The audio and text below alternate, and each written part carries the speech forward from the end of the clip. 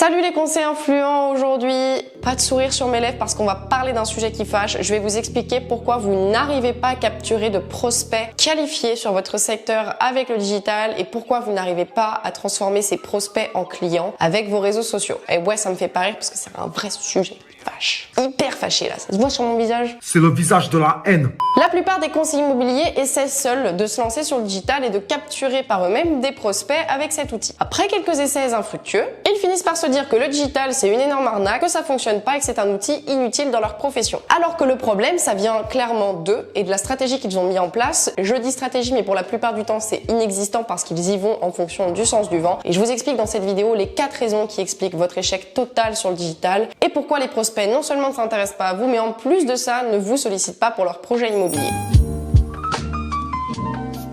Problème numéro 1, vous proposez un contenu qui n'est absolument pas personnalisé. Comment voulez-vous attirer des prospects à vous si vous ne savez déjà même pas à qui vous devez parler sur les réseaux sociaux? Presque tous les conseillers immobiliers qui se lancent sur les réseaux sociaux, et je le sais parce que quand on vous a au téléphone pour vous former sur le digital, c'est le cas. Ça fait 3 ans qu'on fait ça fait 3 ans qu'on a toujours la même réponse. Quand on vous demande qui est votre audience cible au téléphone, que ce soit sur le digital ou le terrain, en général on nous dit oui, le luxe, les gens dans le luxe, ou alors on nous dit des gens qui cherchent une maison. D'accord, mais ça c'est pas une audience cible. Quel âge elle a? Quelles sont ses ambitions? De quoi elle a besoin? Sur quel secteur? Dans quel domaine? Une audience, c'est vraiment savoir exactement à qui vous vous adressez. Ce qui va vous permettre de créer du coup le bon contenu, ce qui va faire que votre audience va s'identifier à votre contenu, va se sentir concernée par ce que vous dites sur les réseaux sociaux et donc va vous voir comme compétent pour l'aider à résoudre ses problématiques. Si moi par exemple sur cette chaîne YouTube, je me contentais de donner des conseils sur les réseaux sociaux sans préciser qu'il s'agit de conseils pour les conseillers immobiliers qui souhaitent se former au digital et avoir des résultats avec cet outil, est-ce que vous seriez actuellement en train de regarder cette chaîne YouTube? Je ne pense pas. Il faut absolument au préalable définir votre audience cible. Ça va vous être utile pour le digital mais également sur le terrain. Si vous savez à qui vous adressez, vous allez multiplier vos résultats. Parler à tout le monde, c'est parler à n'importe qui. On est dans l'ère de l'ultra personnalisation. Les gens veulent, lorsqu'ils lisent un message, se sentir immédiatement concernés, sentir qu'ils peuvent s'identifier à ce message-là et avoir le sentiment qu'en fait le message que vous avez rédigé, il est fait exprès pour eux. Dans un monde où la publicité règne partout, où on est sollicité partout, que ce soit sur les réseaux sociaux, à la radio, à la télé, dans les magazines, au téléphone, peu importe, on a envie de se sentir spécial en tant que consommateur, en tant que prospect, et la meilleure façon de le faire, c'est de savoir exactement à qui vous parlez pour rédiger le bon message, créer le bon contenu pour la bonne audience. Je vous donne un exemple dans l'immobilier. Si moi, ma clientèle cible, c'est les familles qui veulent s'agrandir, c'est-à-dire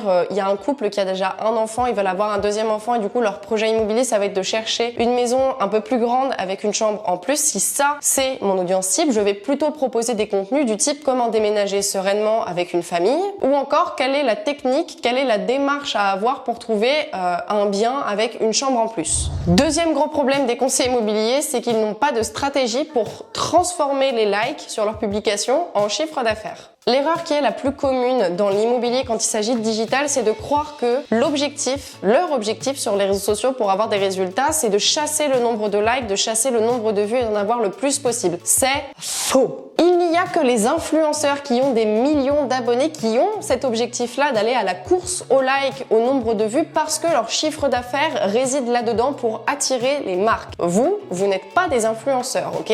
Vous êtes des conseillers immobiliers qui ont besoin d'être visibles sur le digital pour parler à la bonne audience et transformer cette audience en prospect puis en client. Un conseiller immobilier qui a 5 likes sur une publication peut faire plus de chiffre d'affaires grâce au digital qu'un conseiller immobilier qui a 50 likes. Parce que la clé, ça réside dans le fait de transformer ces likes en chiffre d'affaires et de pas simplement laisser les prospects vivre par eux-mêmes sur vos réseaux sociaux et laisser de temps en temps des j'aime sur vos publications. Si vous attendez que ça vous tombe tout cuit dans le bec et que ces j'aime là se transforment en clients tout seul, ça ne se fera pas. C'est aussi simple que ça ne marche pas comme ça. Moi j'ai jamais vu des gens qui se transforment en clients tout seuls. Il y a toujours une démarche marketing dans le fond qui va faire qu'ils vont se transformer en clients pour vos services ou pour des produits, parce que là je dis services, mais c'est dans le monde en général que ça fonctionne comme ça. Nos membres de la formation du club privé conseil influent, qui est notre formation en marketing digital immobilier pour les conseillers immobiliers ou encore les formations qu'on propose en interne pour les agences immobilières, sans exception, ils ont tous une façon de transformer, ils ont un tunnel, une stratégie qui permet de transformer ces vues, ces j'aime, ces commentaires, ces partages en chiffre d'affaires convertir en clients. Je vous donne un exemple avec les agences Laforêt Nord-de-Sèvres que j'ai accompagnées pendant un an.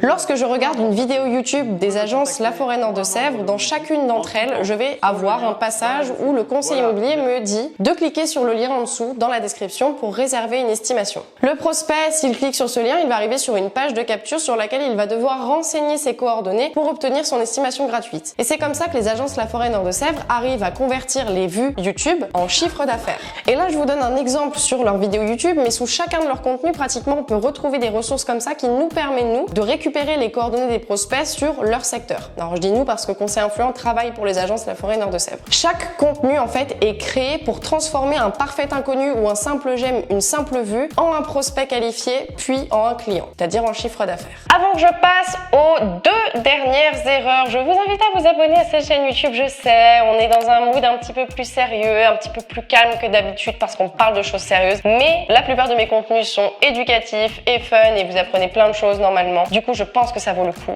de vous abonner. Voilà, ce sont mes arguments. Moi, Laura, présidente de cette chaîne YouTube, je vous promets de ne jamais vous décevoir, de toujours proposer du contenu intéressant et divertissant. Et qu'on m'amène au bûcher si ce n'est pas le cas un jour. Troisième erreur, et celle-là, j'en peux plus. J'en parle jamais sur YouTube et je vais le faire parce que j'en ai marre. En 2023, je veux plus voir ça, ça me brûle les yeux. Les conseillers immobiliers pensent que la publicité suffit pour transformer des prospects en clients et du coup, ils font de la publicité tout seuls et les publicités sont absolument horribles. Ce qui fait qu'ils dépensent 500 € pendant un mois et qu'après ils se disent ok, j'ai jeté 500 € par les fenêtres, j'ai eu aucun résultat si ce n'est des prospects qui sont pas sur mon secteur ou alors j'ai eu des faux contacts ou des concurrents. Et là je vois des gens qui commencent à faire la soupe à la grimace derrière cette vidéo parce que je pense que vous vous reconnaissez dans ce que je viens de dire. Étant donné que ça fait 3 ans qu'on accompagne les conseillers immobiliers, on commence à connaître la chanson. L'erreur des conseillers immobiliers que la publicité Facebook, c'est qu'ils croient que c'est hyper facile à faire. Suffit de faire un texte, un visuel, de mettre de l'argent dans la machine Facebook et boum, ça va leur tomber tout cuit dans la bouche. Pas du tout. Vous n'êtes pas les seuls à faire de la publicité Facebook et vous n'êtes pas les seuls à solliciter l'attention de votre audience. L'objectif normalement avec une publicité Facebook, on est bien d'accord, c'est de récupérer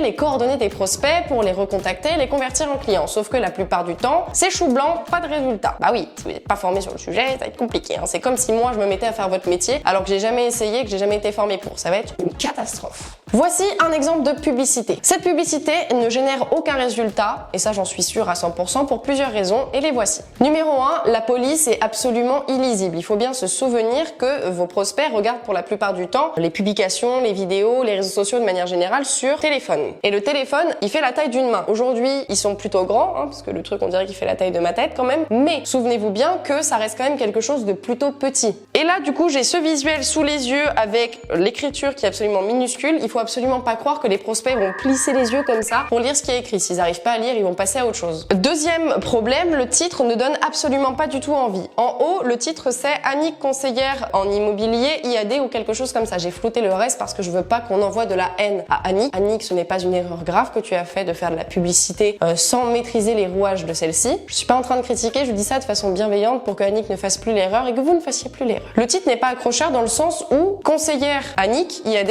je sais pas qui c'est moi. Du coup, ça me fait pas cliquer sur la publication parce que c'est pas familier, ça ne me rappelle rien du tout, ça ne me parle pas. Donc je vais évidemment passer à autre chose au niveau de cette publicité. Également, le texte de publicité, je peux vous aider à concrétiser votre projet. Pareil, ça veut rien dire, il n'y a pas de valeur ajoutée ici. Je vais vous donner un bon exemple de publicité Facebook à l'inverse. Voici un bon visuel de publicité. Pourquoi est-ce que celui-ci, il est attractif? Déjà, numéro 1, le texte est lisible puisqu'il est en gros, en gras, en majuscule. Ensuite, il y a de l'humain. Il y a un humain avec de l'émotion, du sourire. Du coup, ça attire l'attention. Les humains sont attirés par leurs semblables, donc forcément, cette publication va attirer mon attention. Ensuite, il y a du contraste, il y a de la couleur, c'est vivant, c'est dynamique, donc ça donne envie de cliquer. Ensuite, il y a le secteur qui me permet, moi, d'identifier qu'il s'agit d'un endroit que je connais. Donc, on va être sur une audience qualifiée qui va être attirée par cette publicité. Enfin, il y a de la preuve sociale, vendue en 13 jours. Ça donne envie, donc je vais avoir envie de cliquer. Pour ce qui est du texte, dites-moi si ça vous intéresse que je vous fasse une vidéo YouTube entière sur comment faire une bonne publicité Facebook, tant au niveau du visuel que du texte, et je vous ferai ça avec grand plaisir. Dites-moi dans les commentaires. Si vous voulez arrêter de faire des erreurs avec la publicité Facebook, j'ai fait une vidéo YouTube sur le sujet. Vous avez simplement à cliquer quelque part autour de cette vidéo et vous allez tomber sur une vidéo où je vous cite toutes les erreurs à ne surtout pas reproduire dans la publicité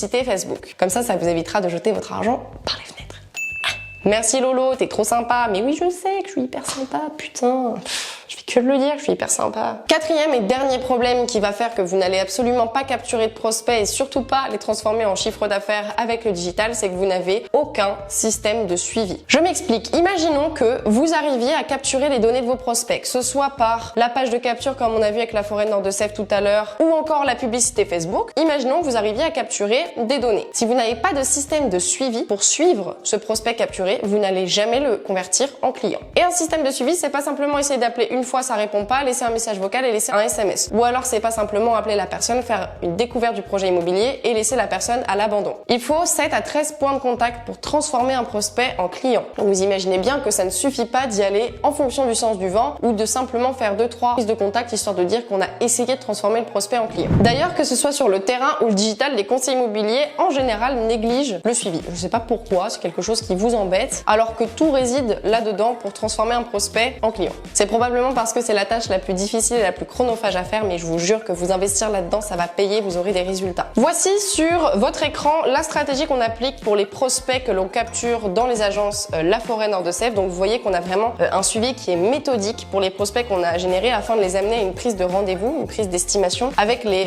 agents de La Forêt Nord-de-Sèvres. On va les appeler le jour numéro 1 le plus rapidement possible. Dès qu'on a leur contact, on va les appeler parce que là, tout est frais dans leur mémoire. Ils se souviennent de nous. Du coup, ça va être plus facile de les convertir en clients de cette façon-là. Et on va appeler à plusieurs reprises si la personne ne répond pas. S'il n'y a pas de réponse le jour J, on va laisser un message vocal, un SMS et un mail. S'il n'y a pas de réponse le deuxième jour, on va appeler sans message vocal. Le jour 3, appel plus message vocal plus SMS plus email. Et si jamais on arrive à avoir la personne au téléphone, on va faire en sorte de lui apporter de la valeur. De pas appeler en mode je suis conseiller immobilier, je vais pouvoir vous aider avec mes services parce que la personne va se sentir oppressée et agressée. Le but c'est d'être dans une démarche commerciale sans que la personne ne le sente. Du coup, montrez-lui comment vous pouvez l'aider, répondez à ses questions et donnez-lui de la valeur ajoutée gratuitement pour lui donner confiance. Si en amont de cet appel, votre création de contenu sur Instagram, Facebook, YouTube est bien ficelée, qu'on vous voit souvent en vidéo et que vous apportez de la valeur, c'est déjà tout bénéf, c'est déjà tout gagné puisque le prospect a déjà confiance en vous. Donc là, c'est du pain béni. Qu'est-ce qu'on peut dire en conclusion de cette vidéo, mes amis? Première chose, tout ce que j'ai dit dans cette vidéo, évidemment, est dit dans la plus grande des bienveillances. Je n'engueule personne, même si mon ton était un petit peu plus sec et sérieux aujourd'hui. Je ne gronde personne, évidemment, puisque mon but, grâce à cette chaîne YouTube, c'est de vous aider au maximum à avoir des réflexions autour du digital qui vont vous permettre de multiplier vos résultats dans votre métier. La conclusion de tout ça, c'est que je sais qu'en tant qu'être humain, c'est beaucoup plus simple de rejeter la faute sur un outil, sur un robot ou sur quelqu'un d'autre plutôt que de se remettre en question soi-même pour s'améliorer. Je sais que c'est plus facile quand vous avez essayé de vous dire que ça n'a pas marché parce que le digital, c'est pas un outil fait pour vous, parce que c'est pas un outil efficace, parce que c'est une arnaque, plutôt que de vous dire vous avez pas eu la bonne stratégie, que vous devez vous former sur le sujet pour vous améliorer. Je suis aussi passée par là, beaucoup de conseillers immobiliers sont passés par là, c'est pas grave, c'est totalement ok. Je pense qu'il faut savoir se remettre en question dans ces moments-là, de se demander où est-ce qu'on a fait une erreur. Et je dis ça dans le sens où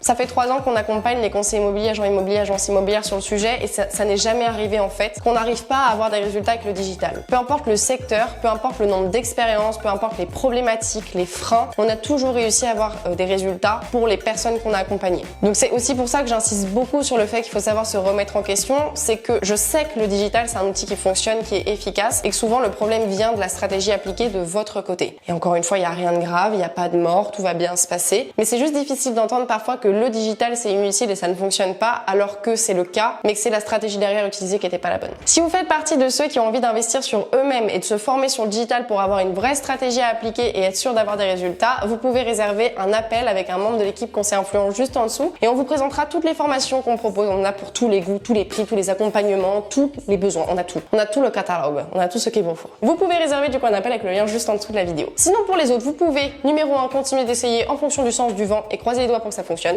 Ou alors numéro 2 arrêtez le digital parce que vous allez perdre du temps et de l'argent. Simple, efficace. Et toc l'abricot. J'espère que cette vidéo YouTube vous a plu et qu'elle vous a permis de lancer des réflexions stratégiques utiles et profondes dans votre petite caboche pour mettre en place le digital de la meilleure des façons lors de cette année. J'espère que ce sera nous qui pourrons vous accompagner dans cette démarche-là. Dans tous les cas, ça me fait toujours plaisir que ce soit avec nous ou d'autres gens de vous voir évoluer sur le digital et les réseaux sociaux. Ça fait mon bonheur. Dans tous les cas, je vous souhaite une belle journée, une belle soirée, ça dépend quand est-ce que vous regardez cette vidéo. Merci infiniment pour votre soutien comme d'habitude, vous êtes les meilleurs, je vous love et je vous dis à très bientôt dans une prochaine vidéo. Ciao.